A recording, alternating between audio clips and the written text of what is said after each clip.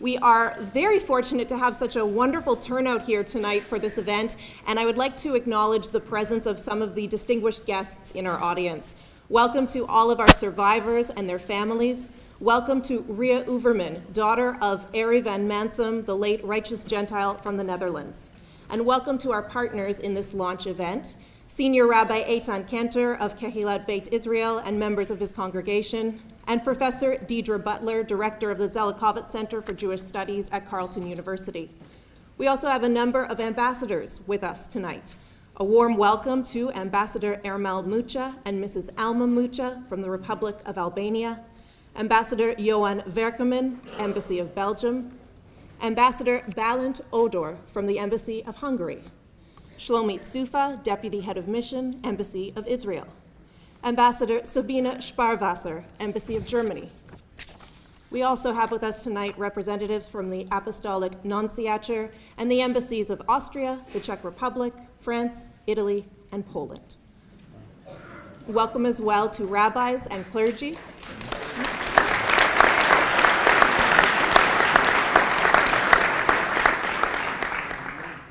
Welcome tonight to Professor Irwin Cotler, the chair of the Raoul Wallenberg Centre for Human Rights in Montreal. From the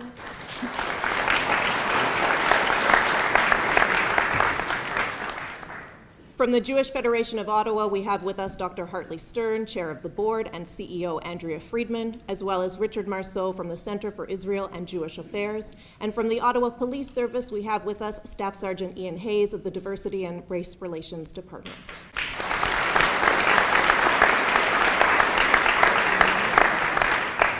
Welcome everyone to the 2018 Ottawa Community Launch event of Holocaust Education Month, an annual program of the Center for Holocaust Education and Scholarship. The Center for Holocaust Education and Scholarship was established at the Max and Tessie Zelikovic Center for Jewish Studies at Carleton University 3 years ago. The inauguration of the center on the eve of Kristallnacht, known in English as the Night of Broken Glass, was a symbolic affirmation of the center's commitment to continue transmitting the stories and legacy of the Holocaust. This year's programs reflect the hard work of the center's dedicated committee, whose members individually and together possess a great deal of experience in developing Holocaust education programs with learning and commemoration opportunities for young and old. The center's programs this year are presented in cooperation with Kehilat Beit Israel Congregation, the Zelikovic Center for Jewish Studies at Carleton, the Israeli Foundation, Temple Israel, the Department of History at Carleton, the German Embassy, and the educator organization Facing History and Ourselves. The center deeply thanks them all.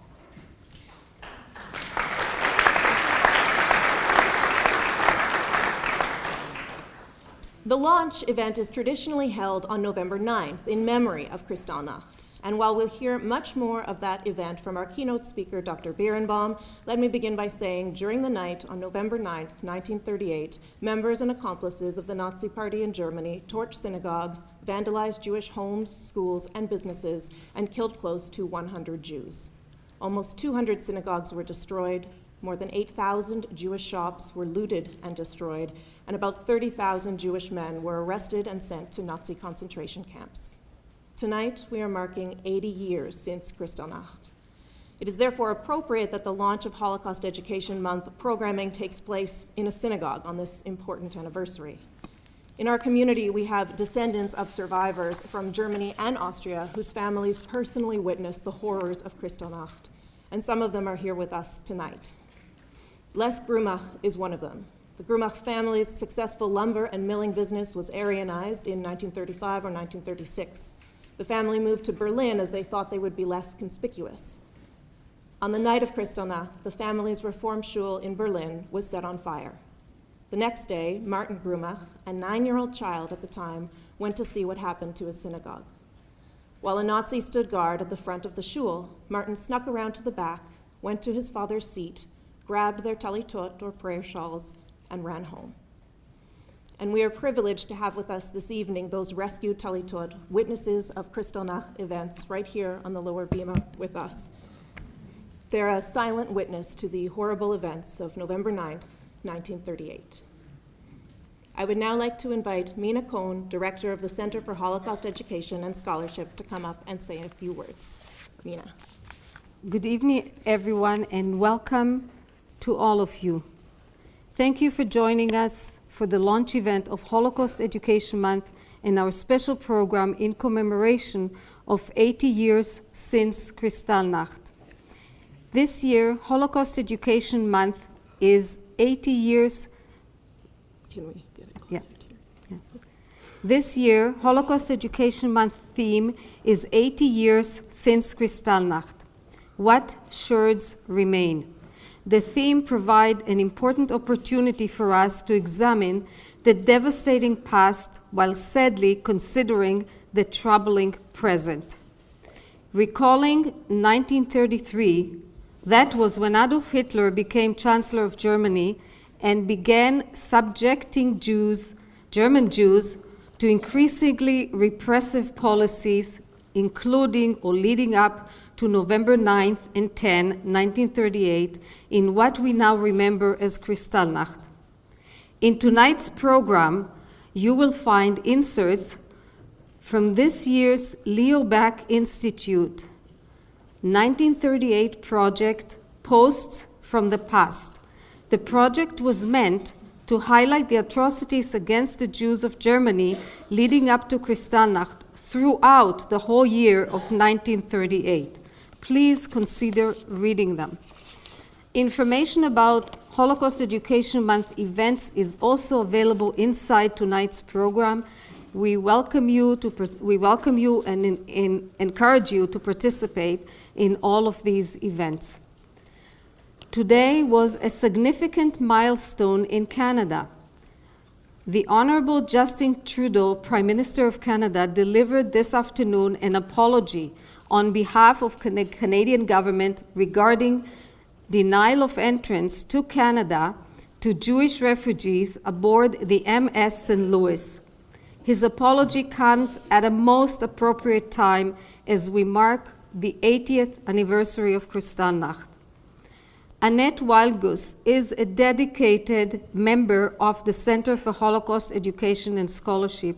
Her mother, Alice Meiser, was one of the passengers of the St. Louis. The apology is truly special for Annette and all other Canadian descendants of the St. Louis.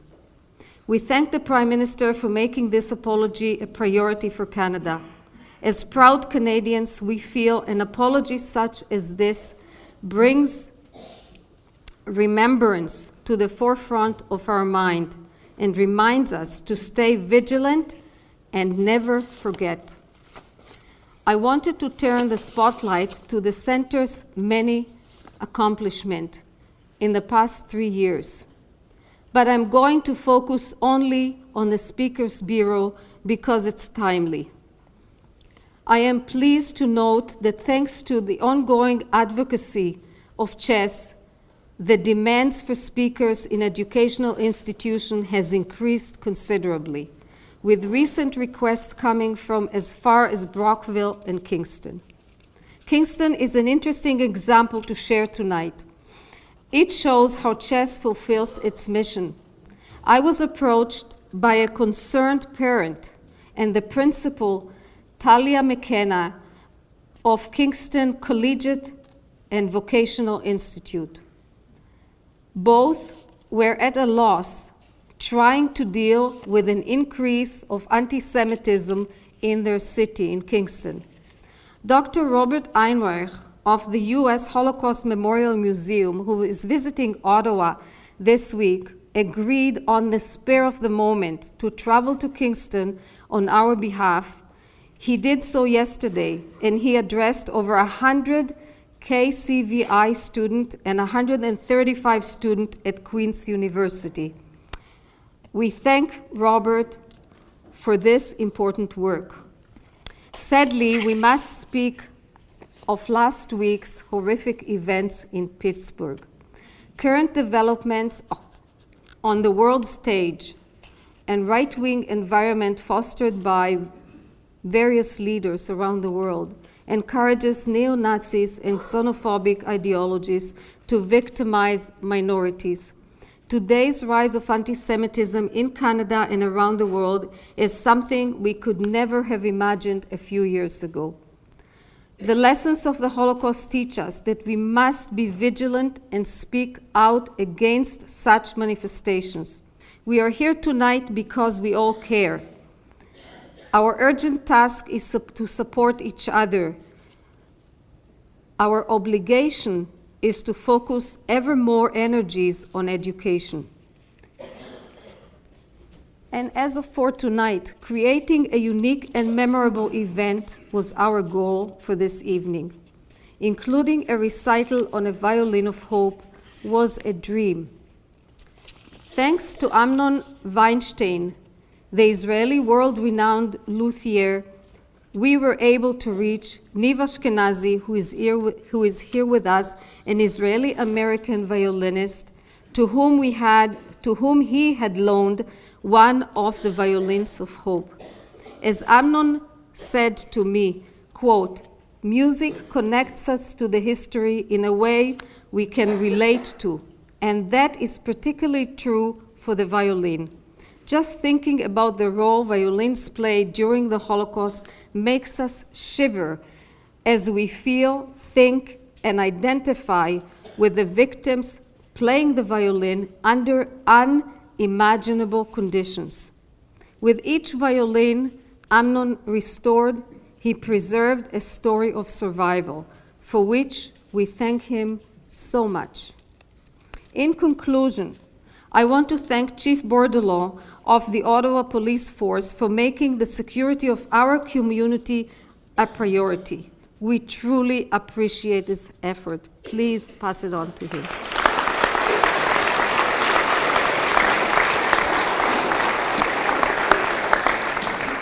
And now I would like to invite Rabbi Eitan Kantner of Keilat Bet Israel congregation, followed by Dr. Didri Butler, Director of the Zelikovitz Center for Jewish Studies at Carleton, to say a few words of welcome. Thank you. It's truly an honor to once again be able to host this evening the launch event for Holocaust Education Month here in Ottawa. The theme this year, as Mina mentioned, is what shards remain. And while we think about those broken shards on this evening, we remember Kristallnacht, I also can't help but think about the idea of the broken shards that are part of the mystical tradition within Judaism. That there's a sense that there are broken shards that spread throughout the world, representing the brokenness of our world, the parts of our world in need of repair. And then what we're called upon to do is tikkun olam, which is gathering together those broken pieces, coming together and bringing about a better future for our world. The work that chess does is part of that process of repair. There's still very real brokenness in our world. There is still anti-Semitism in our world. There are still the root causes of hatred in our world. And so all of us here tonight are gathered together to acknowledge that brokenness, but also realize that there's an opportunity for repair. And the violin of hope is such a wonderful manifestation of that particular idea. That rather than being a victim of time, of circumstance, it's acknowledging that that violin can be restored and played anew. That there is hope for a better future that we can all create together. And so I look forward to sharing this evening together with all of you and being called together with all those in this room today to work towards that continued repair for our world. And to hope that next year we've done our small part in education and scholarship, in teaching and in loving, and continue to make our world the type of world in which we all wish to live. Once again, thank you so much for allowing us to host you this evening, and I'll call on Deirdre to come and speak at this time.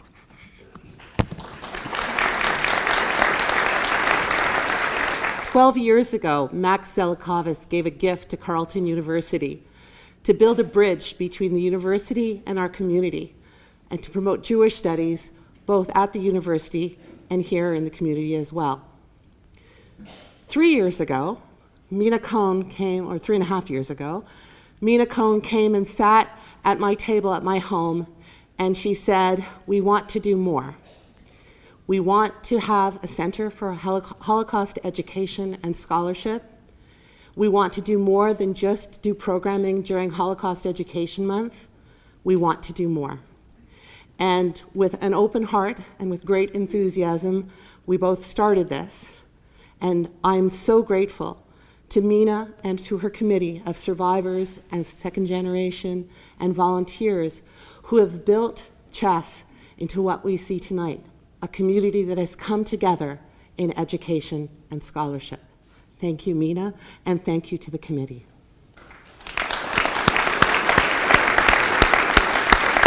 When I was a student, I wanted to be a rabbi, and I decided not to be a rabbi because I didn't want to deal with the politics of a synagogue, and I didn't want to fundraise. And so I became a professor and a director of a center for Jewish studies, and I did both. And so I have to remind you all that we started Chess with nothing, with no money. We just said, we'll build it and they'll come. And every year, you, the community, have come together and donated to make these programs possible. So I thank you for what you've done to make this possible. Thank you.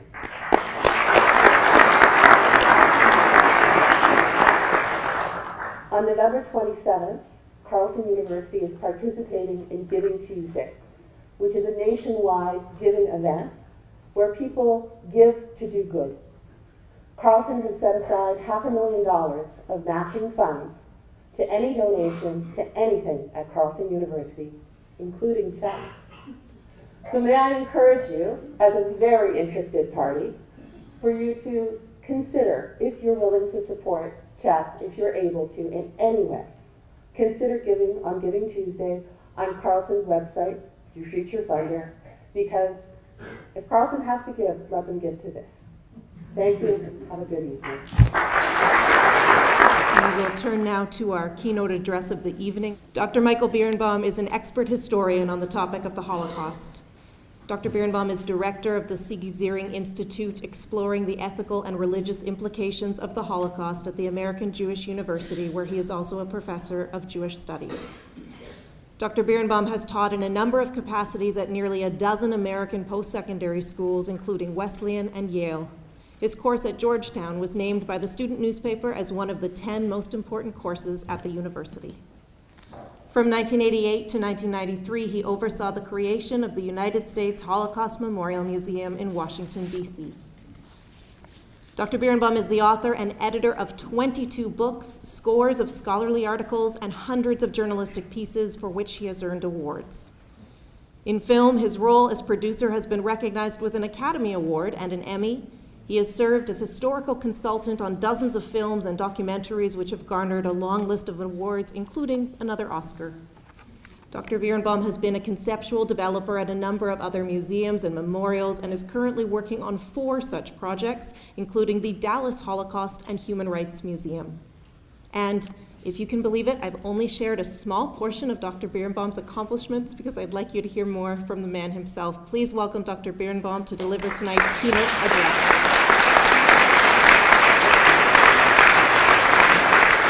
First of all, thank you very much for an overly kind introduction. In the aftermath of the 11 murders at the Eitz Chaim at the Tree of Life congregation, we've all heard comparisons to the 1938 attacks on the synagogues of Germany. While the two events cannot be equated, they impose profound burdens on our memory. In the aftermath of Pittsburgh, we saw what we did not see in the aftermath of Nazi Germany. The good news from America is that civil society came together and said virtually in unison, this is not America. This does not belong here in our community. And the response to hatred has been an incredible outpouring of solidarity. defining it as a hate crime. The mayor was there immediately. The police chief was there immediately. The district attorney said we will use everything in our power to prosecute the perpetrator to the extent possible. And the community came together as one. The World Series was interrupted with a moment of silence. The Pittsburgh Steelers, the great football team that unifies Pittsburgh, that reflects Pittsburgh, put a Jewish star on its uniform next to the Pittsburgh logo, next to the Steelers logo, calling it essentially Pittsburgh Strong. The Pittsburgh hockey team did the same. 100 football players came to the funeral of 2 Jews of special needs. And all of this happened, and the most important thing that happened is that the American Muslim community contributed in excess of $200,000 toward caring for that community and that synagogue. And that's a glimpse of hope in a moment of deep despair. And it means that essentially they have bought into what has been characteristic of the United States, which is a respect for the pluralism of religious freedom, for the idea that people can worship in a Protestant church, in a Catholic cathedral, in a synagogue, or in a mosque, or in any other place, in freedom and with security. And all of this occurred without the commanding voice of the President of the United States, who was not capable of bringing the community together as presidents from both parties before, from Reagan to Clinton, Reagan in the aftermath of the Challenger, Clinton in the aftermath of the Oklahoma City bombing, George W. Bush in the aftermath of 9/11, and Barack Obama again and again. So we live at a time where we learn one very important lesson, which is not that hatred does not exist and violence does not occur. But the most important question is, how do you behave in its aftermath? And do you allow the haters to win? Or does the community come together to defeat them and to unite as one? And therefore, it's moving to be in a synagogue, to have an audience of the diverse participants of an audience of diversity in a community that has come together to reflect what happened 80 years ago. 80 years ago, a series of pogroms took place in Germany, which by then included Austria. More than 1,000 synagogues were burned, their pews destroyed, their sacred scrolls and holy books set aflame. More than 7,000 Jewish businesses were ransacked, and 30,000 men aged 16 to 60 were arrested to newly expanded German concentration camps, most especially Dachau, Sachsenhausen, and Buchenwald. These pogroms were given a fancy name, and that's the name by which it's best known. A word about language. The Nazis used language deliberately and deceptively. Resettlement in the East did not mean resettlement in the East, it meant deportation to death camps. Executive measures, which sound like the type of thing that I take at the office when I work with my staff, was the way the Nazis referred to mass execution. They used one term correctly, the final solution to the Jewish problem, by which they meant the annihilation of all Jews everywhere, men, women, and children, whose annihilation was all too final. Over the past 30 years, German historians have led the way They've ceased to refer to Kristallnacht as Kristallnacht, but as the Reichspogroms of November 1938. Crystal is beautiful. Crystal is lovely. Crystal has a certain sound and a certain delicacy, and the Reichspogrom tell a much deeper truth: sanctioned violence against the Jews. A word about the synagogue in Germany. There's a researcher who has traced the history of synagogues in Germany, and he records their place within the city plans, their juxtaposition to the grand cathedral and the prominent churches in the downtowns of the great German cities. One must understand the role of synagogue in German national life before the Holocaust to understand what the burning of these structures meant not only to Jews, but to German society itself. There were 2,200 synagogues in Germany for 525,000 Jews.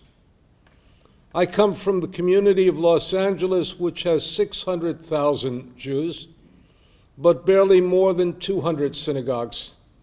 So 525,000 Jews in Germany had 2,200 synagogues, and those synagogues became a public manifestation of the Jewish presence in German society. They were often built in triangulation with cathedrals and Protestant churches to indicate that Germany was pluralistic, multi-religious, and the synagogue was built as an expression of the great progress that the Jews had made in Germany. By building buildings of significance, Jews made their presence and their prominence known.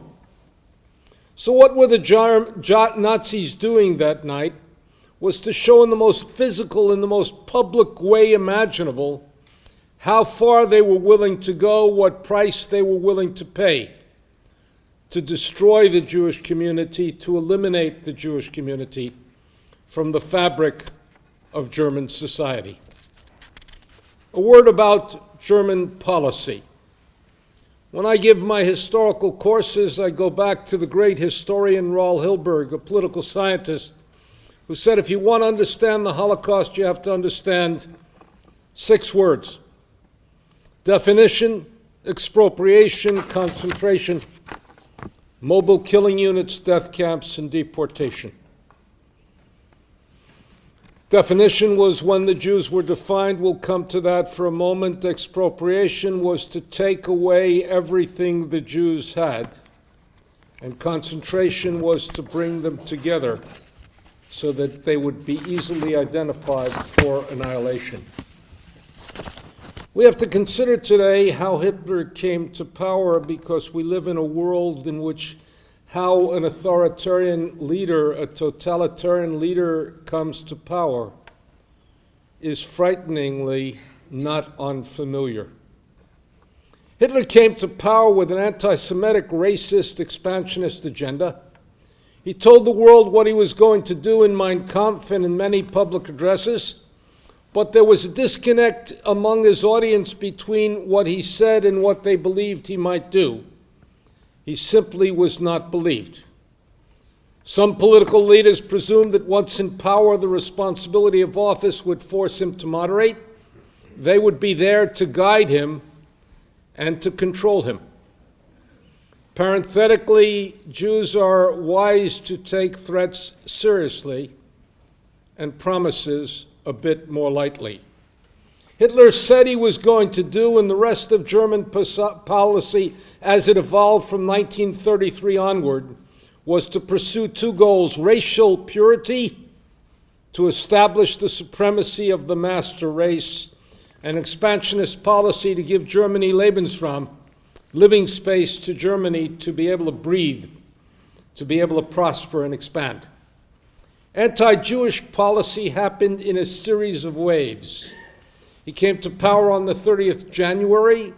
The first attack was on German political institutions, the burning of the Reichstag, the enabling legislation, the suspension of parliamentary rule, and the building of the first concentration camp. And only after then did the attack begin on the Jews. The first attack on the Jews was economic.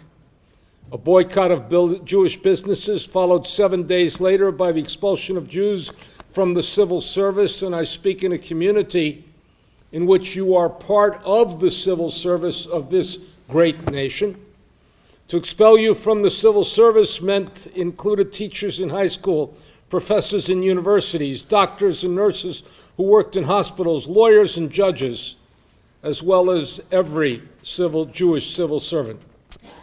On May 10th, the 100th day in office, books were burned, and those were books by Jews, and the books that were deemed un-Germanic, not only books by Freud and Einstein, but books by Hemingway and Jack London, and by Helen Keller. A century earlier, the great poet of Jewish origin, Heinrich Heine, said, "A people that burn books will in the end burn people." The distance between book burning and people burning was 8 years. At that point, anti-Jewish policy froze for a moment. And the new normal came into being. The new normal was that you lived in insecurity, not knowing if things were going to get worse or get better, or if the condition would be stabilized and made livable. The new normal was a life of enormous insecurity. There was a bitter, ironic joke told by a great historian by the name of Walter Lacour, who died last month at the age of 97, who said, "The pessimist left, the optimist died." If you believe the situation was terrible, would it only get worse, you took the types of steps you had to take to leave. But if you believe the situation couldn't get much worse and would be stabilized and you could endure it, then you stayed. And ultimately, if you didn't leave, you died. Ironically, Lacour warned us that when it came to rescue, the pessimists said nothing could be done and nothing was done. And the optimists said something must be done, anything must be done. Until the outbreak of war, German policy was designed to force the Jews to immigrate. German national policy and the behavior of ordinary men and women makes life difficult for the Jews, then they'll leave. If you want to understand immigration, you have to understand two words: push, pull. Push, force people out of where they are; pull them, attract them to somewhere else. The idea in Germany was that if we make it impossible for the Jews to live, Jews will leave. And 30,000 Jews left in the first months after Hitler came to power. Sadly, some returned after a time, and some just did not go far enough. Otto Frank and his family left Frankfurt for Amsterdam, and in May of 1940, Amsterdam became under German occupation. In 1935, they defined Jews biologically based on the religion of their grandparents. They created the bizarre situation that Roman Catholic priests and nuns, Protestant ministers and theologians were all defined by the state as Jews. They also created a peculiar anomaly that the church was fighting the state, but primarily over people of Jewish origin, whom they regarded as Christians because they had been baptized. But churches did not raise the larger issue about the general policy of discrimination and anti-Semitism. Anti-Jewish behavior stopped for a time in 1936 when the Olympics came to town. Graffiti was removed, segregated benches were covered, and the Nazis were instructed to be on good, very good behavior. Let's talk for a moment about the synagogue. But before I want to talk about the synagogue, I want to establish a principle. And the principle is often overlooked in Holocaust history. Just because Jews were powerless does not mean that they were passive. Let me repeat it.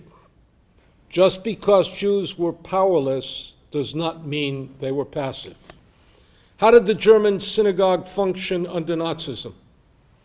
On Monday night, it became a theater. Jewish actors could not perform on the German stage.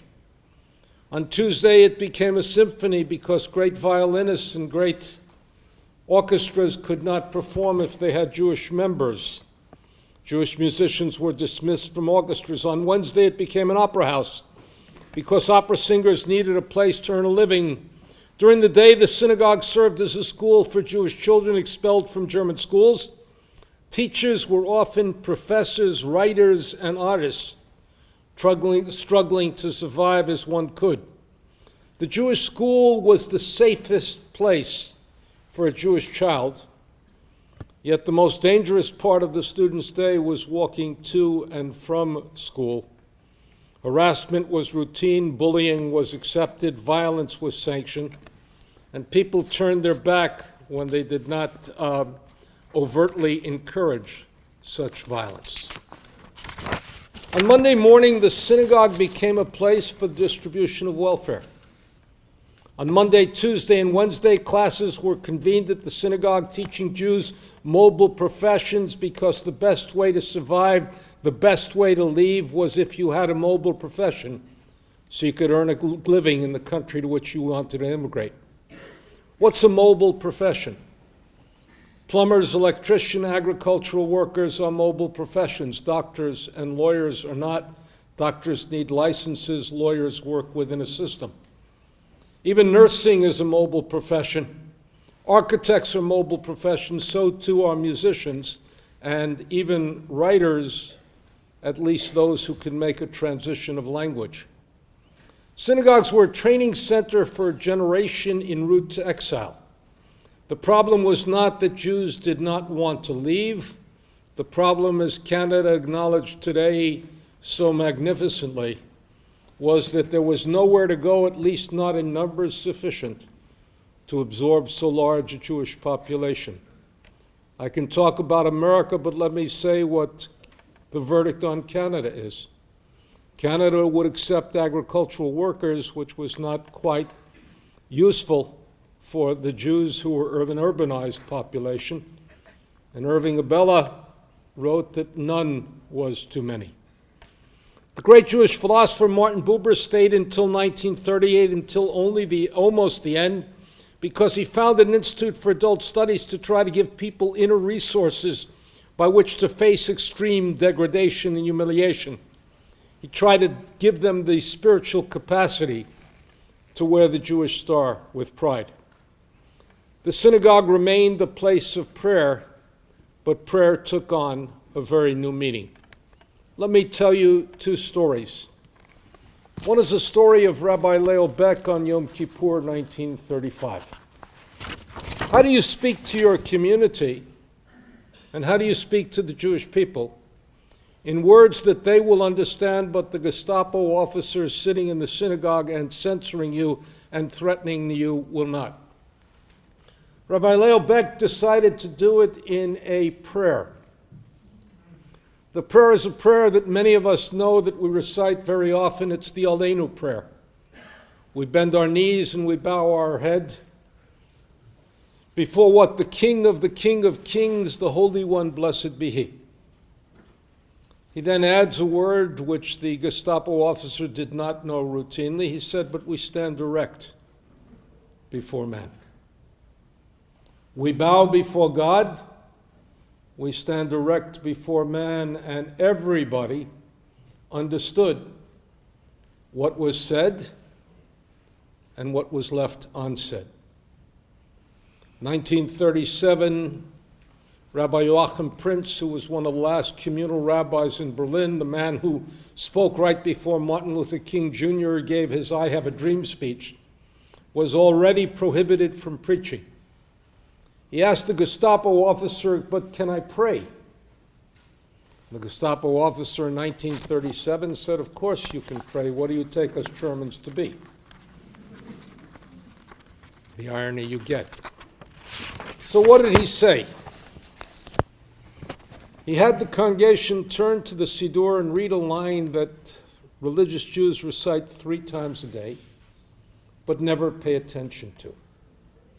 The line is from the meditation after the Amidah, The line in Hebrew is V'chol hachoshvim alai ra'a mehera haferatzatam v'kalkel machshavotam. All who think evilly of me, mehera haferatzatam, overturn their counsel, v'kalkel machshavotam, and what? Destroy their thoughts. And he had the congregation recite that again and again and again. It became a mantra. It became a chant.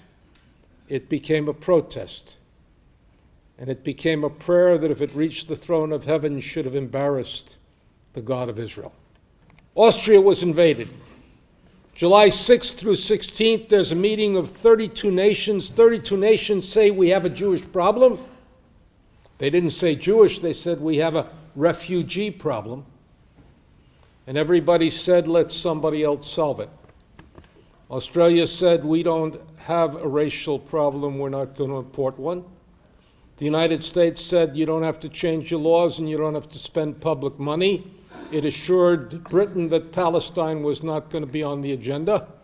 And nation after nation did not set up, and the refugee problem got worse and worse. Early in September, Hitler made the demand for the Sudetenland, a population in Czechoslovakia with a heavy German national entity, and the leaders of Britain and France, but not anybody from the Czechoslovakian democratic government, said what? Will accede to the demand, appeasement. In October, the Swiss,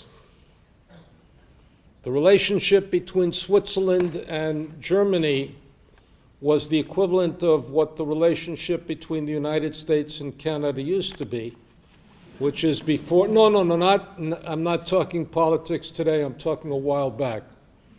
Years ago, what did you need to get into the United States or to get into Canada? You had to show a driver's license. The Swiss said, not good enough for Jews, we want you to mark the passport with a J. The identity card with a J, because we want to know Germans are coming in to visit. Jews might want to what? Stay. And then in late October of 1938, Poland announced it was not going to receive Jews who were Poles. Their passports would expire, and Germany decided to what? Expel the Polish Jews living in Germany, sent them to the border to Zbunjan, and essentially one family wrote to their son, Herschel Greenspan, and he decided to take action. He went into the German embassy in Paris and he shot the third secretary. The assassination was a pretext of what was to follow. There had been previous assassinations, even assassinations by Jews, but it had not resulted in a massive response. Remember, November 9th is a very important day in German history. For the Nazis, it was the day of the 1923 putsch. It was the day of the November pogrom. And in 1989, it was the day what? When the wall fell. And those who didn't know history said that day is going to enter German history as if it had not entered German history before. 11:55 that night, Gestapo chief Heinrich Müller sends a telegram in the shortest order: action against the Jews, especially the synagogues, will take place in all of Germany. They are not to be interfered with. Bystanders to the violence, the police were to arrest not its victims. Fire companies were instructed to stand by, not to protect synagogues, but to ensure that the flames did not reach adjacent Aryan property. Within 48 hours, 1,000 synagogues or more are burned, 30,000 Jews are arrested, 7,000 businesses are smashed. 236 Jews are killed. Jewish cemeteries, hospitals, schools, and homes are destroyed. Hour after hour, the pogrom intensifies. Minute by minute, the damage toll increased. No Jewish institution or business was safe. The terror directed at the Jews was often not the action of strangers, but of neighbors. In the aftermath, Germany was left without its synagogues, and many had lost their businesses and their home. Concentration camps of Buchenwald, Dachau, and Sachsenhausen were overflowing with German inmates, and Germany gave it a fancy name, Kristallnacht. Crystal again, beautiful, fragile, delicate, making a very particular sound. Most Jews were without illusions. Jewish life in the Reich was no longer possible. Many committed suicide, most desperate to leave, unwanted at home. Jews had only a few havens abroad. They could not stay. They had nowhere to go. Germans had also learned an important lesson. Because of bourgeois sensibilities of the urbanized Germans, many opposed the events that they had seen. The sloppiness of the pogrom and the uncontrolled violence of the SA were soon replaced by cold, calculated discipline violence of the SS. They would dispose of Jews, but out of the view of most Germans. There was a meeting that sealed the fate of the Jews in Germany. It was a meeting on November 12, 1938. Field Marshal Göring convened a meeting of officials to deal with the problems that resulted from Kristallnacht. Historians are fortunate that we have a stenographic meeting of the record. Goebbels, a PhD from Heidelberg, Minister of Public Entertainment, attended. Several ministries had urgent matters, including Justice and Economic Ministry, and the Finance Ministry was concerned because Germany had lost, just to replace the glass, 2 years of foreign currency reserve. One industry was invited to the meeting, and that indicates how problematic the pogroms were for the Germans. The industry that was invited was the insurance industry. Why the insurance industry? Because almost all of the property that was destroyed was insured. And if the insurance companies have to pay in the aftermath of massive loss, because if they don't pay, we'll never buy insurance. But if they do pay, who's going to be the losers? Now, most of you are going to say the insurance industries, but they never lose. What do? They pass on the losses to the rest of their policyholders. So the losers would be essentially the German consumers themselves. Göring was disturbed by the damage of the two-day Randschup, not to Jewish shops, not to synagogues, but to the German economy. It's insane to burn Jewish warehouses and then have German insurance company pay for the loss, he said. We suffer, not the Jews. The idea was introduced to solve the Jewish problem once and for all, but in 1938, its meaning was in economic terms. Only by 1941 would it turn genocidal. Notice the concern for legality, for maintaining stability of the economy. Thus, while the economic elimination of Jews cannot be done at all at once, the direction of policy is to clear. Jews are to disappear from German life, and when concerns are raised about foreign Jews, the foreign ministry expresses interest, not willing to surrender its authority or preeminence. Their concerns are assuaged but not fully satisfied. They'll be consulted for important cases, but not every case. Much give and take of the meetings, some brainstorming. Several concrete results are achieved, all economically lethal to the Jews. The community was fined 1 billion Reichsmarks. 1 billion Reichsmarks was $400,1938, which is today the equivalent of somewhere in the neighborhood of $70 billion. Apartheid is introduced. Jews are barred from theaters. They are to travel in separate compartments on trains, denied entry to Jewish schools and parks. By January 1, Jews are forbidden to operate retail trades. And Jews not only have to have the J, but they now need the middle name of Israel or Sarah, male or female. Jews were made responsible for cleaning up the losses, and then the Germans came up with a very, very intriguing solution. The insurance companies were willing to pay, but Jews were not allowed to file. The insurance agency said, please, I am ready to help you, but unless you were a foreign Jew, you could not file. By a series of policy decisions, they transformed the pogrom into eliminating Jewish life from Jews from public life in Germany. The irony is that the Jews that were arrested and sent to concentration camps were, and you'll forgive the term, the lucky ones. At that time, if they could get a visa to leave the country within a fortnight, they could be released from the concentration camp. And Jewish women and mothers, mothers for their sons, wives for their husbands, sisters for their brothers, friends for friends, left no stone unturned to get men released. It was no longer a question of whether to leave or when to leave, but only how to leave, and no price was too steep to pay.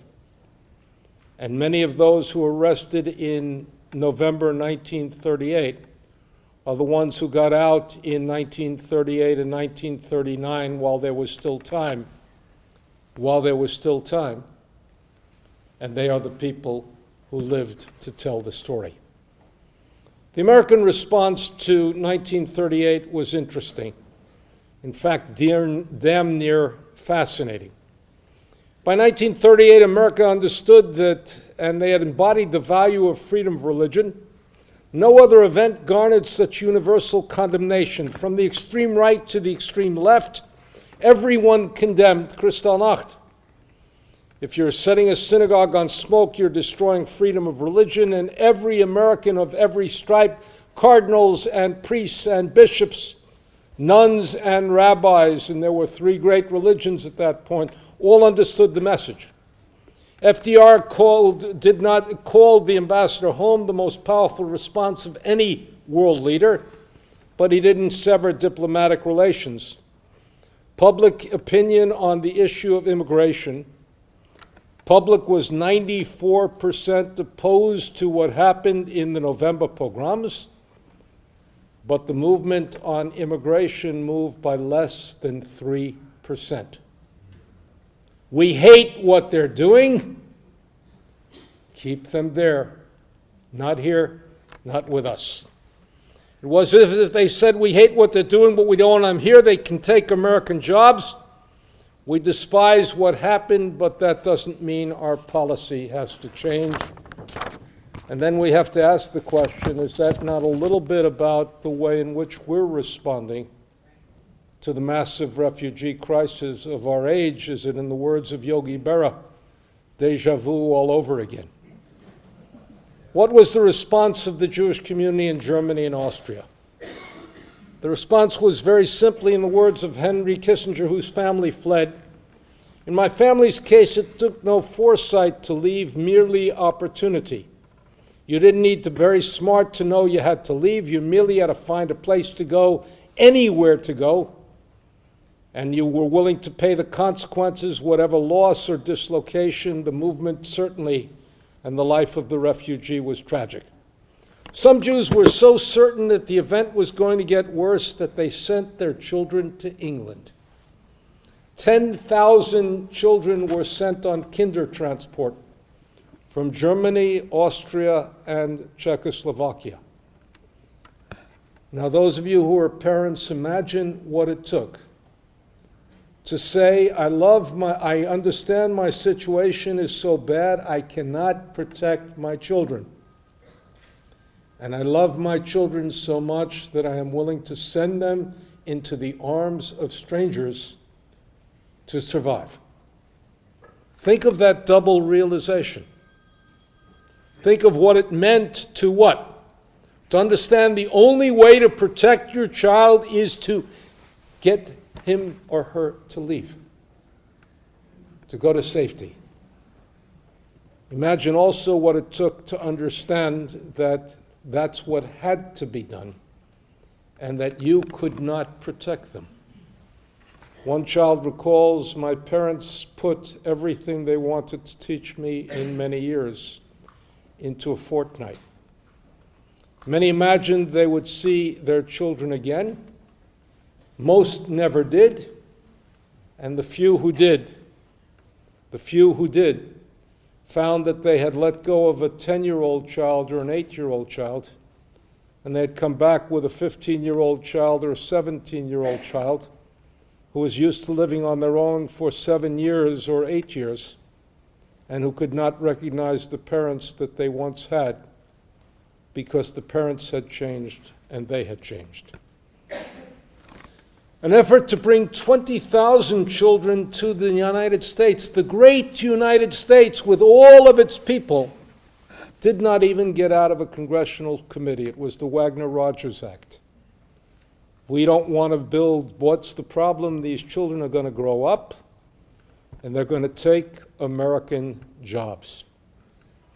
By attacking the synagogue, the Nazis were not only attacking the heart and soul of the Jewish community, they were attacking the one institution that had responded to the catastrophe.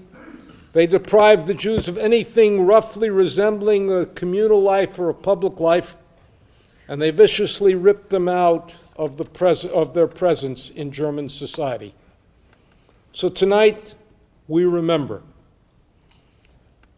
We remember with pride the role of the synagogue and the prominence of the synagogue in German society. We remember the cruelty that was inflicted 80 years ago. We remember the bystanders who watched the synagogues burn and who brought their kids to watch the synagogues go up in flame. We remember the police that guarded people from going into the synagogue to save what is sacred in the synagogue. And we remember the firemen who were trained to put out fires, who stood by and only acted if the places next door were going to go aflame. We remember the outrage of the world that did not translate into something serious about the situation.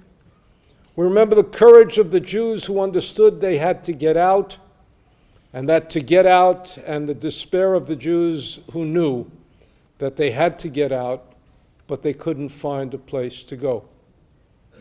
And we remember, sadly, very sadly, that this was only the beginning of the end. Dr. Berenbaum has kindly agreed to take some questions. So if there are questions from the audience, we have another microphone and a podium far down there. I'd ask you to line up behind there, and please try to keep your questions short so that we can get to a few of them. While we're waiting for the first question, I'll ask you one if that's all right. Dr. Berenbaum, I'd love to hear more on your thoughts about what's in a name and the Reichspogrom versus Kristallnacht. Should we adopt that more widely? Just more on your opinion of that question. I think that you have to name things as they are. And I think Kristallnacht becomes a way of falsification. Look, everybody names things in order to package it in a particular way. Let me give you an English example. We hear the word in the United States and Canada, friendly fire.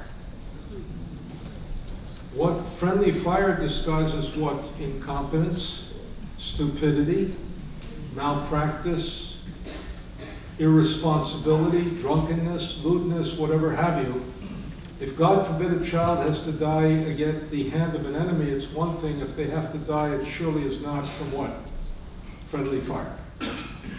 The Germans disguised it. There's an entire language, and language is one of the ways in which you don't say what you're doing. It's also one of the ways, it's one of the lies you tell yourself about what you're doing. The biggest of all lies is I was following orders, when you see what? That people were innovating. That they were doing what had never been done before. And they were doing it because they wanted to rise to the task. Let me give you one mundane example. You know who developed the first gas van? a motor pool mechanic. He was asked by his officer in Yugoslavia, how do you take a truck and convert it into a gas tank? So he went to a hardware store and he bought a hose. He connected it to the pipe, exhaust pipe. He drilled a hole in the truck. He fastened it with something he bought in a hardware store.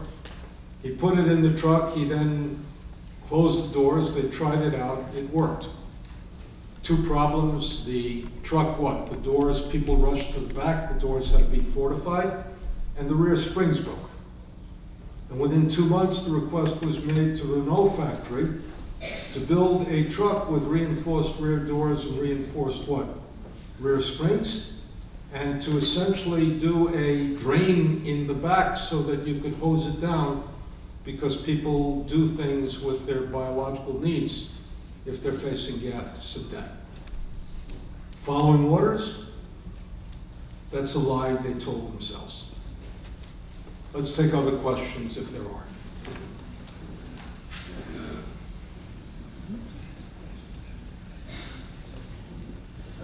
Okay, thank you very much.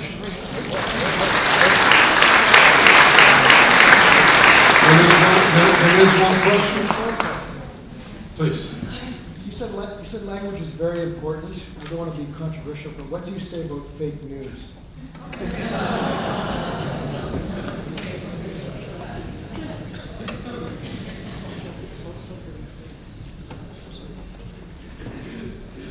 I speak to Canadians, and let me say the real question in American society today is twofold. Can civility hold, and can facticity hold? Daniel Patrick Moynihan said everybody's entitled to their opinion, but not everybody's entitled to their own set of facts. My country is facing a deep crisis because once you unleash incivility, look, I'm going to answer it in a longer way. I just came from Moscow. I gave a long talk. They gave me an hour and 45 minutes, which is dangerous. I gave a long talk on anti-Semitism in the United States. And I'm going to give you the condensation in 2 minutes. Anti-Semitism is not on the rise, but it is on the rise. How can both be true? The percentage of Americans who are anti-Semitic is at a significant all-time low. Jews are accepted as part of a white majority. They're accepted as a privileged part of the white majority. But if in the United States today you hate, you find no restraint on the expression of hatred, you find a community that is available by social media and the internet, and you find support and trigger words in the general discussion of the population and the news. You find institutions all around the place that have been delegitimated, and consequently you find no restraint on the expression of such hatred. And you have to remember that we could have had a church shooting a day and a half before a synagogue shooting, because 2 people were killed and 2 blacks were killed in Kentucky, 2 African Americans were killed in Kentucky, because the church looked pretty well fortified, as it were, to the killers who had killed 2 people in a Kroger's parking lot. We had an attack on the synagogue, and again, if you feel hatred and you're riled up, and we have masters of riling people up, whether it be in the media or in political office, and we don't have the restraint on that. And that's the profound danger. And we do have what Germany did not have. We do have all of these people who have come forth and said, this is not the America we want to have. Is that going to be enough? I'm a historian, I'm not a prophet.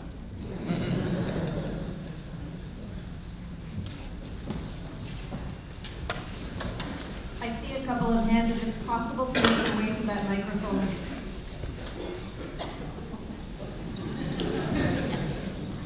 I visited a place called Safe Haven in Oswego, New York. I'd like to know, and 1,000 Jews came, and I think it was 1944. Who gave the order? How did that, come about? Oswego, New York, first of all, there was a great Jewish journalist who died recently after the age of 100, Ruth Gruber, who should be remembered, who came and brought 1,000 Jews. I think the number is a little bit less than 1,000, but let's not quibble, to a place called Oswego, New York. They were given a temporary haven, and by the time Harry S. Truman was President of the United States, he said they can participate. American policy changed on January 13th, 1944. It changed because of a very interesting thing that happened on December 16th, 1943. There was a man in the State Department that was the most famous name in the State Department of the late 40s, early 50s, associated with Richard Nixon. The last name was Hiss, H-I-S-S, but it wasn't Alger Hiss, it was Donald Hiss. Donald Hiss released the full texture of a telegram to a man by the name of Josiah Du Bois, who then understood that America was engaged in a cover-up. The State Department was not only telling false stories, it was taking active steps to prohibit rescue, to not allow rescue. 3 non-Jews, Josiah Du Bois, Randolph Paul. Randolph Paul is from one of the most famous law firms in America, Paul Weiss Rifkin, and a fellow by the name of John Pelley got together. They worked through Christmas. They prepared a memo for Henry Morgenthau Jr., called on the acquiescence of America, of the United States, of this government to the murder of European Jews. It was an 18-page memo. It accused the State Department of falsehood, of cover-up, of not only not helping rescue, but hampering it.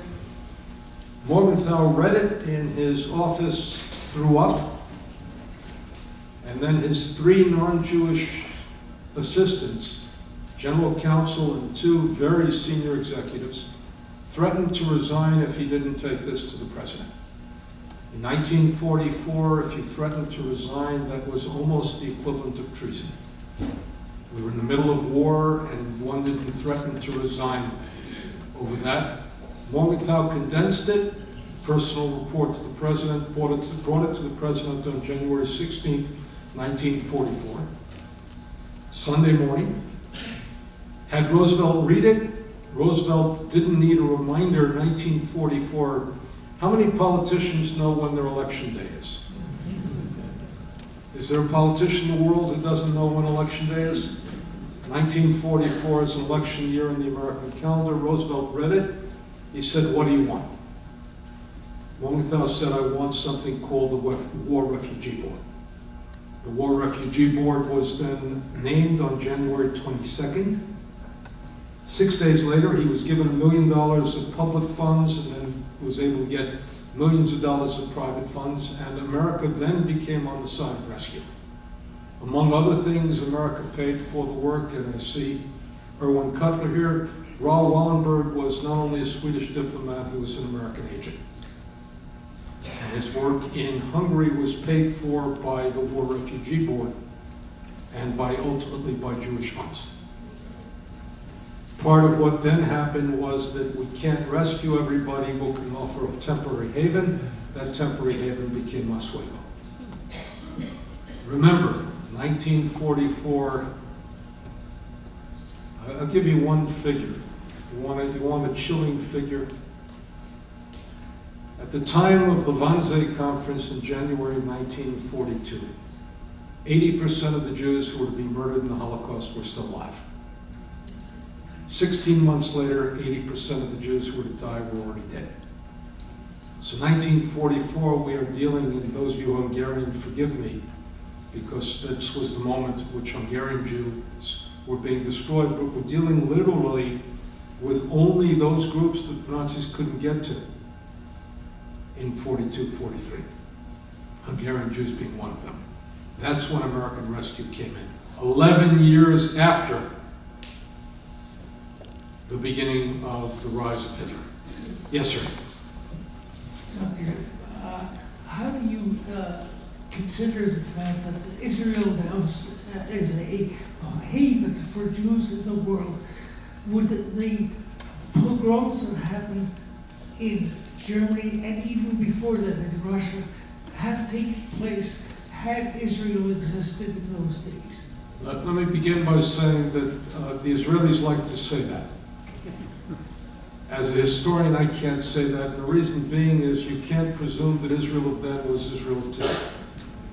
You also can't presume that, for example, if Israel of today existed then, that somebody like Hitler would not have marched from Egypt up to Palestine, Israel, and destroyed Israel at that point.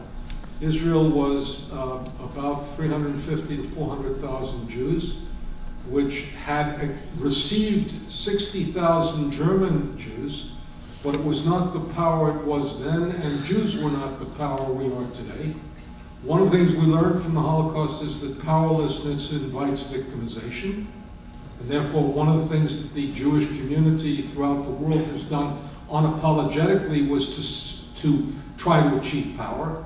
But Israel did not have an Air Force then. The Air Force was only formed in 1948 by a bunch of ex-GIs who were taking planes from Czechoslovakia.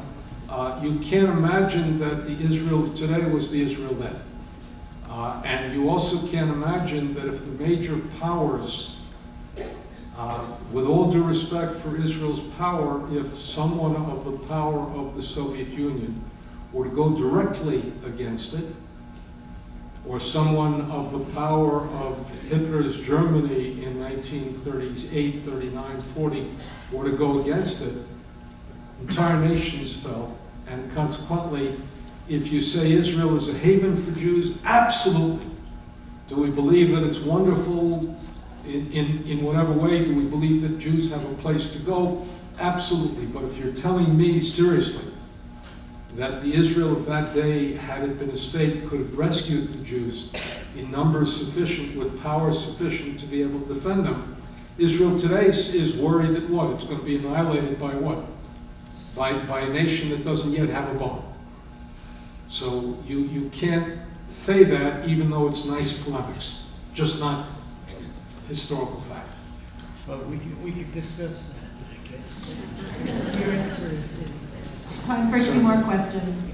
Let's take the two questions and we'll give one answer. You didn't touch, and when I was studying the Holocaust, I could never wrap and apprehend, and I don't know if psychologists and historians can explain why they went ketzon latevach. Okay, let's take the next question. I'm going to answer your question, sir. I'm not done yet.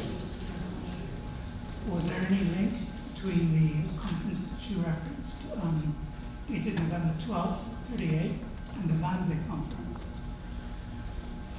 Let's answer the second question first, because that's easier. The Wannsee conference came at a transformational moment. And essentially, the connection is twofold. Germany made a policy decision that was part of the ethos of government, that we're going to do things in an orderly manner that causes the least damage and the least public uproar at home. The Wannsee conference came at a moment where Germany all of a sudden had conquered both all of Poland, all of Polish Jewry, all of Soviet Jewry, all of Western Europe and the like, and the question is, what do you do with these many Jews? And the answer to that is you change and I'm going to use a bad word, and since I sensitized you to language, you'll forgive me for using, you change the metaphor, but really the modality of murder. The first murder was you sent mobile killers to stationary victims.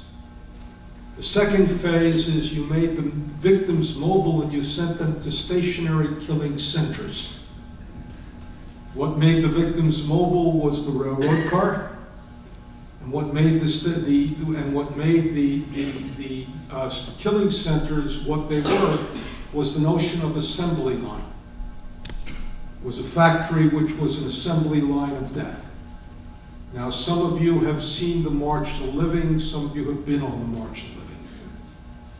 What astounded me on the March to Living is that you have 12,000 Jews coming into Auschwitz on one day.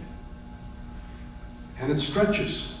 miles, a mile and a half, 2 miles of people, wall to wall. And I saw that and I said, that was one day of victims at Auschwitz. That happened every day during the summer of 1944. Meaning that the assembly line of factory meant that, for example, Belgians could kill 500,000 people in 10 months with a staff of 104, of whom only 14 were German, 90 were Ukrainians. Treblinka could kill 900,000 Jews with a staff of what? Of 120, of whom 30 were Germans and 90 were Ukrainians.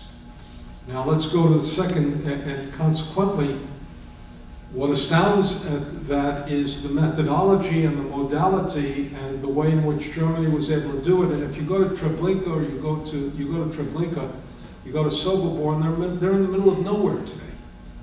They were in the middle of less than nowhere 75 years ago. Let's go to the second question. The victims didn't go quite as sheep to the slaughter. They were demoralized, dehumanized, and despairing, and robbed of some of the most vital elements of their own humanity way before they were killed. Dehumanization is one of the stages of genocide, and it's an essential part of how you murder a people and how you make a people passive. In one sense, one of the commandant of Treblinka was asked the question, why do you dehumanize these people if you're going to murder them? And he said, it makes it easier. Having said that, who were the Jews who resisted? Number one, it was young Jews. What's the difference between young Jews and older Jews?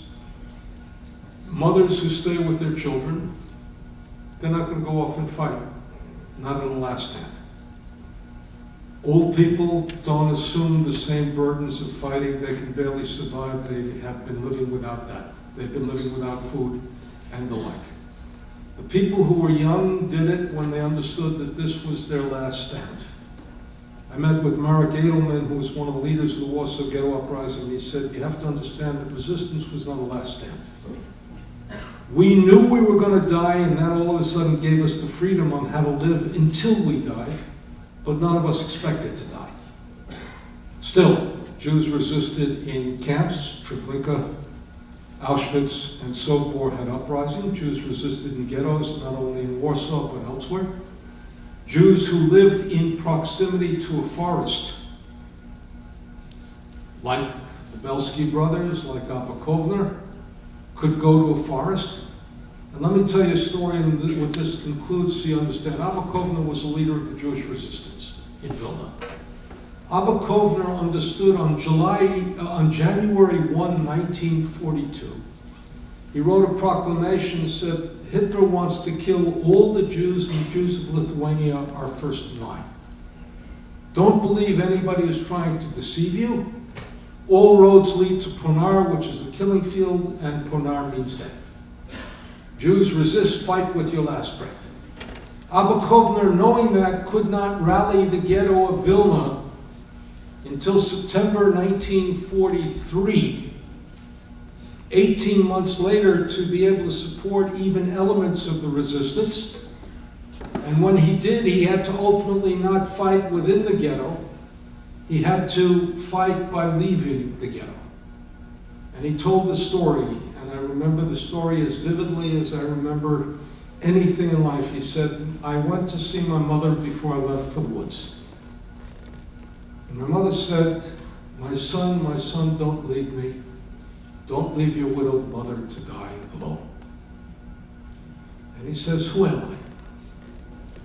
Am I the great hero of the Vilna resistance? Am I the poet laureate of Israel? Am I a military hero who was an officer in the Israeli army? Or am I the lowest form of scum on earth? And I'm quoting him. I don't like to use these words in the synagogue. Am I the lowest form of scum on earth, the man who abandoned his mother to die alone? Or am I both? Jews had, for a very long period of time, a family.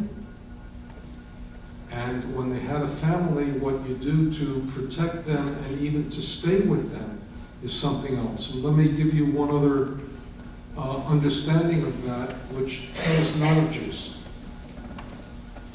3.7 million Soviet POWs died in captivity.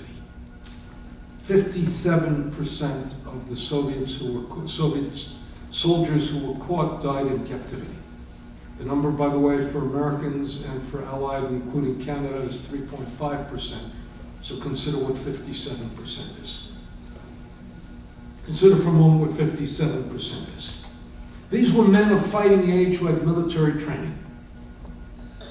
We don't hear of one moment of resistance from that group, except from one Soviet leader, one Soviet officer who ends up being in what? In Alexander Persky, who ends up being in Sobibor and uses military training with Leon Feldhandler to what? To create the uprising in Sobibor. Nobody says Soviet soldiers who were incredible, who were capable of incredible bravery in the war, when they were in captivity, went like sheep to the slaughter. We have to understand the circumstances of people, and I want to say that I'm very, very, very cautious of judging. I explore, I ask, but I'm very cautious about judging, because in Hebrew it says, Al tadin et chavercha ad shetagiel l'mkomo. Don't judge your neighbor, your friend, until you're in, or don't judge a man until what? You've walked a mile in his shoes. And on a deep level, even listening to survivors, I am not capable of walking a mile in their shoes. Thank you very much.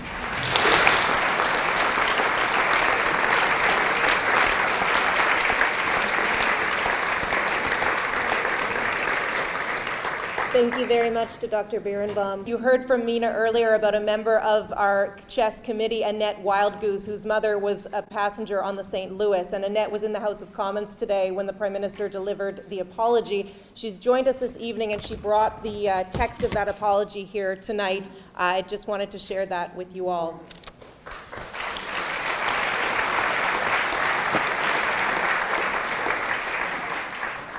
For our closing comments this evening, we have a very special guest. Professor Irwin Cotler is the chair of the Raoul Wallenberg Raoul Wallenberg Centre for Human Rights, a professor emeritus of law at McGill University, of course a former Minister of Justice and Attorney General of Canada, and an international human rights lawyer. Welcome. May I begin by commending Michael Berenbaum for a really compelling address, and then following it up with equally compelling responses to very informed questions.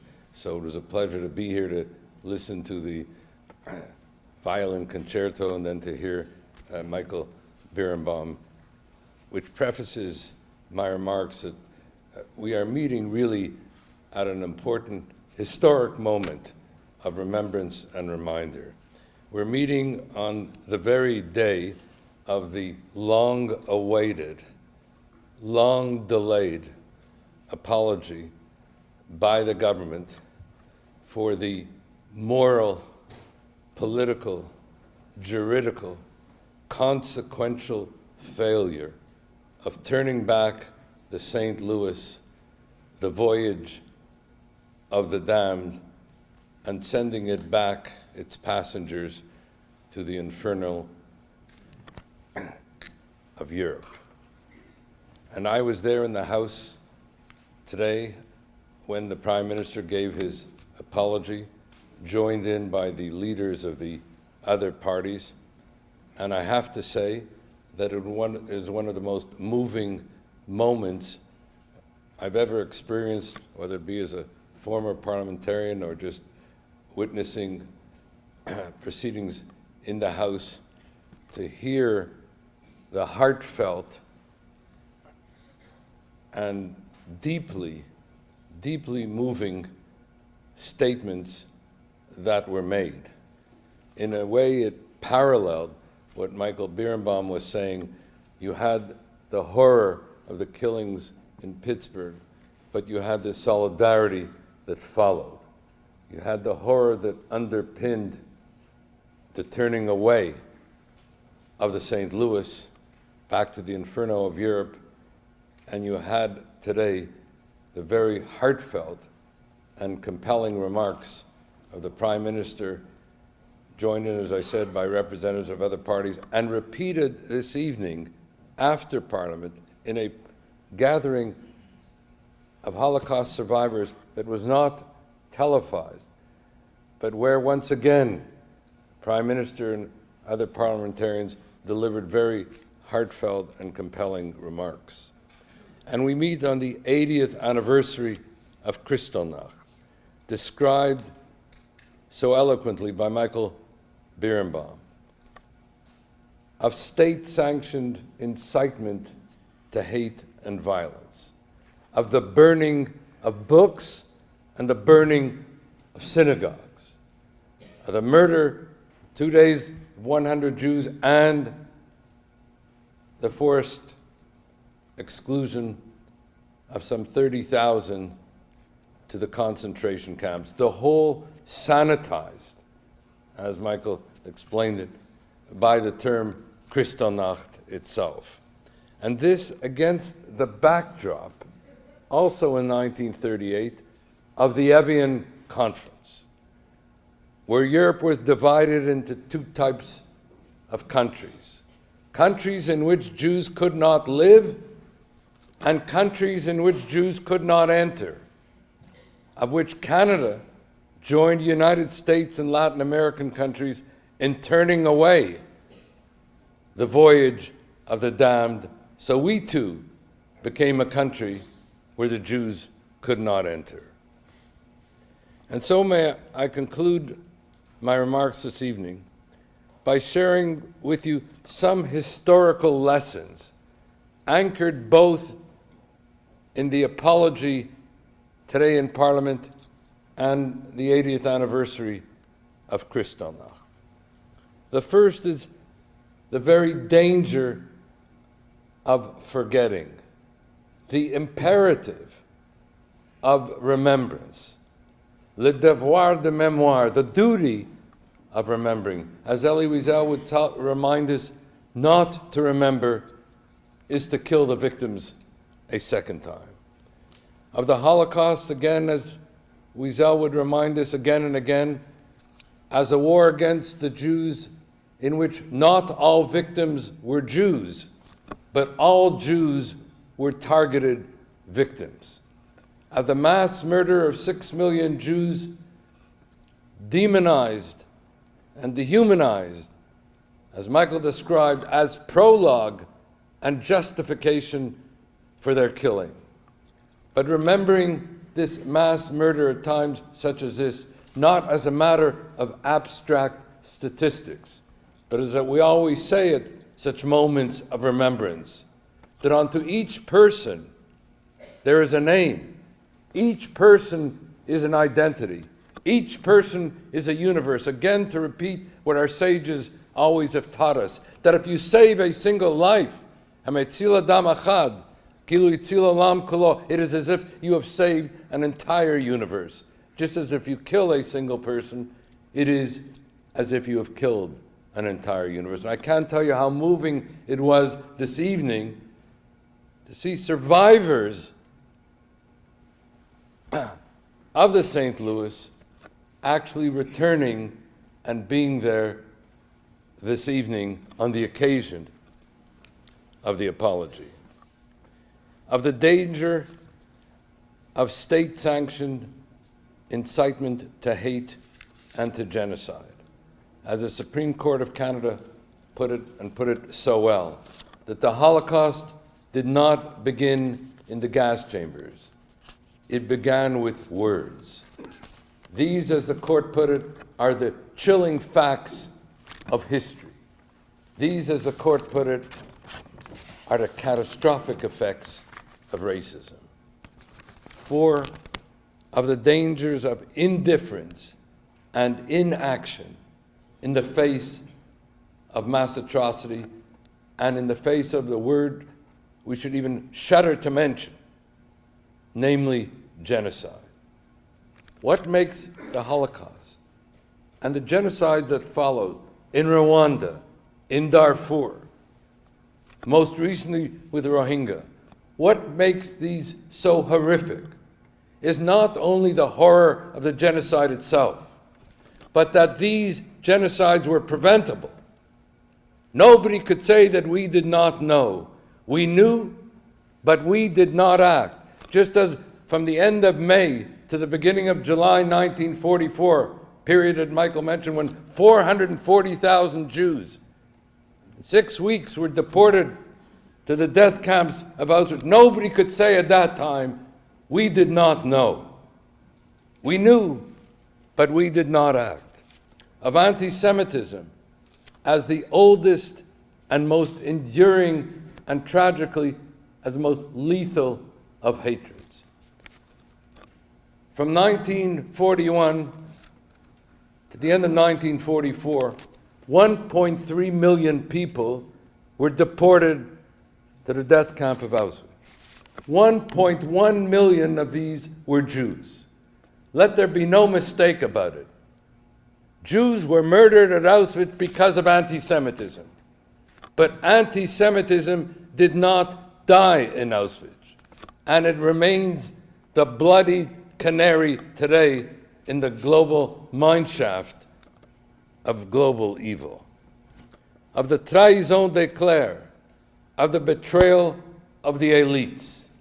The Nuremberg crimes were the crimes of Nuremberg elites. Of doctors, of lawyers, of judges, of teachers, of architects, of engineers, of church leaders. And so always our responsibility must be to speak truth to power and hold power accountable to truth.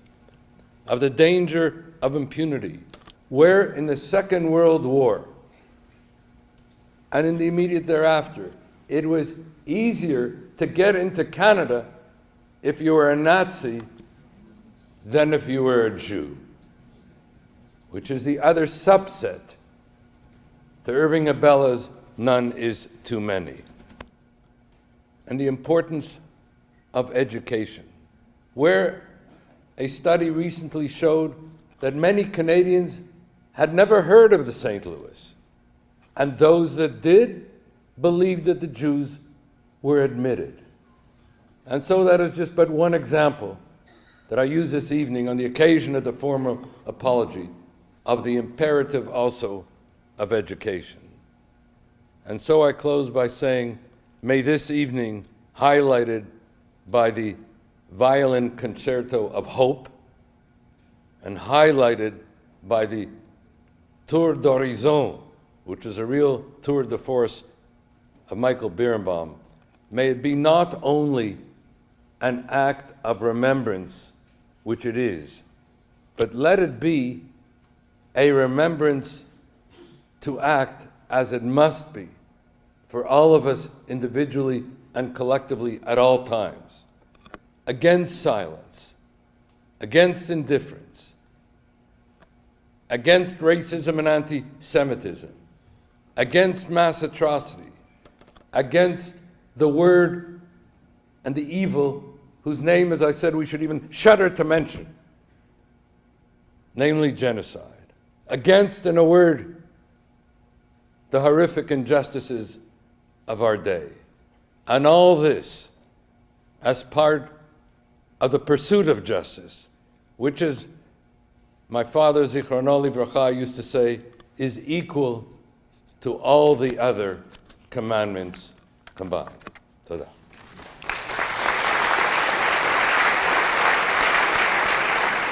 Thank you very much, Professor Cotler, for sharing your thoughts with us tonight. This is only the beginning of Holocaust Education Month. There's a full list of events in your program, and I'd also like to note if there are teachers here tonight, there is a very interesting program for teachers on November 29 at Temple Israel. Before we wrap up, I would like to congratulate the Center for Holocaust Education and Scholarship, its director, Mina Cohen, and its committee for all their hard work in organizing an enlightening program this evening. Thank you.